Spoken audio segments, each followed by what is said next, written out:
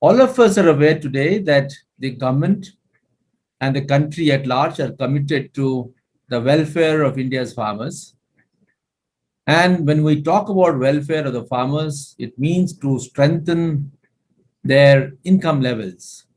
But after all, it is the income levels that determine the purchasing power, their ability to save, and plow back the surpluses into new technology, into new business management principles, and other forms of investment required in an enterprise.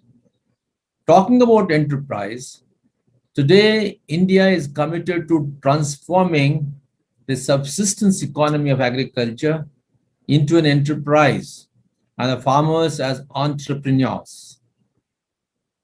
When we would like to now have an agribusiness model, it is very critical that we adopt the basic principles of profit centricity, and that entails the need for achieving high volumes of production based on productivity and good resource use efficiency, and simultaneously monetizing all the produce that the farmers generate, particularly with reference to the marketable surplus ratios.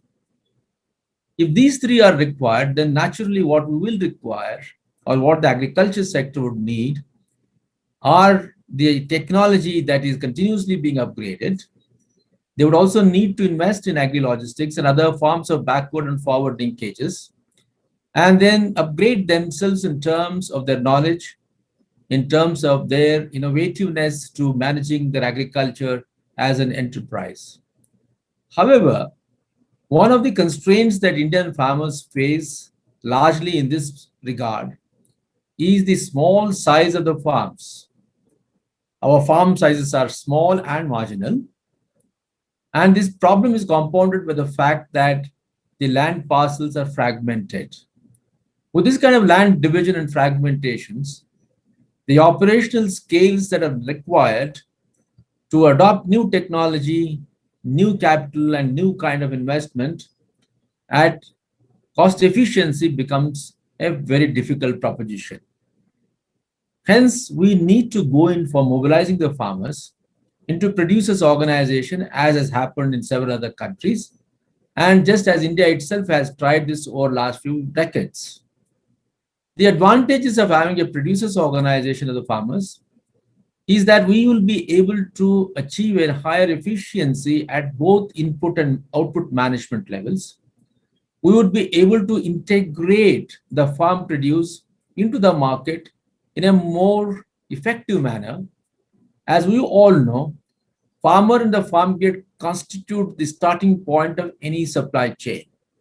And if we want an efficient supply chain to the advantage of the farmers as well as the consumers, it is important that the farmers are imparted what is called the bargaining power.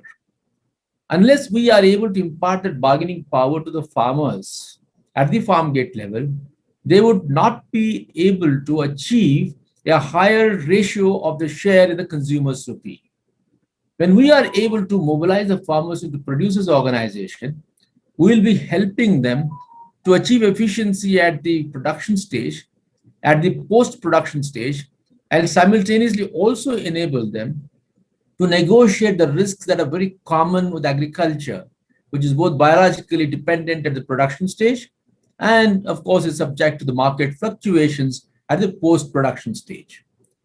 And simultaneously, let's also remember that the producers' organizations of the farmers in the agriculture sector are required not just for the sake of farmers, they're also required for the sake of consumers and also the downstream operators. In fact, organizing farmers into producers organization is a win-win situation.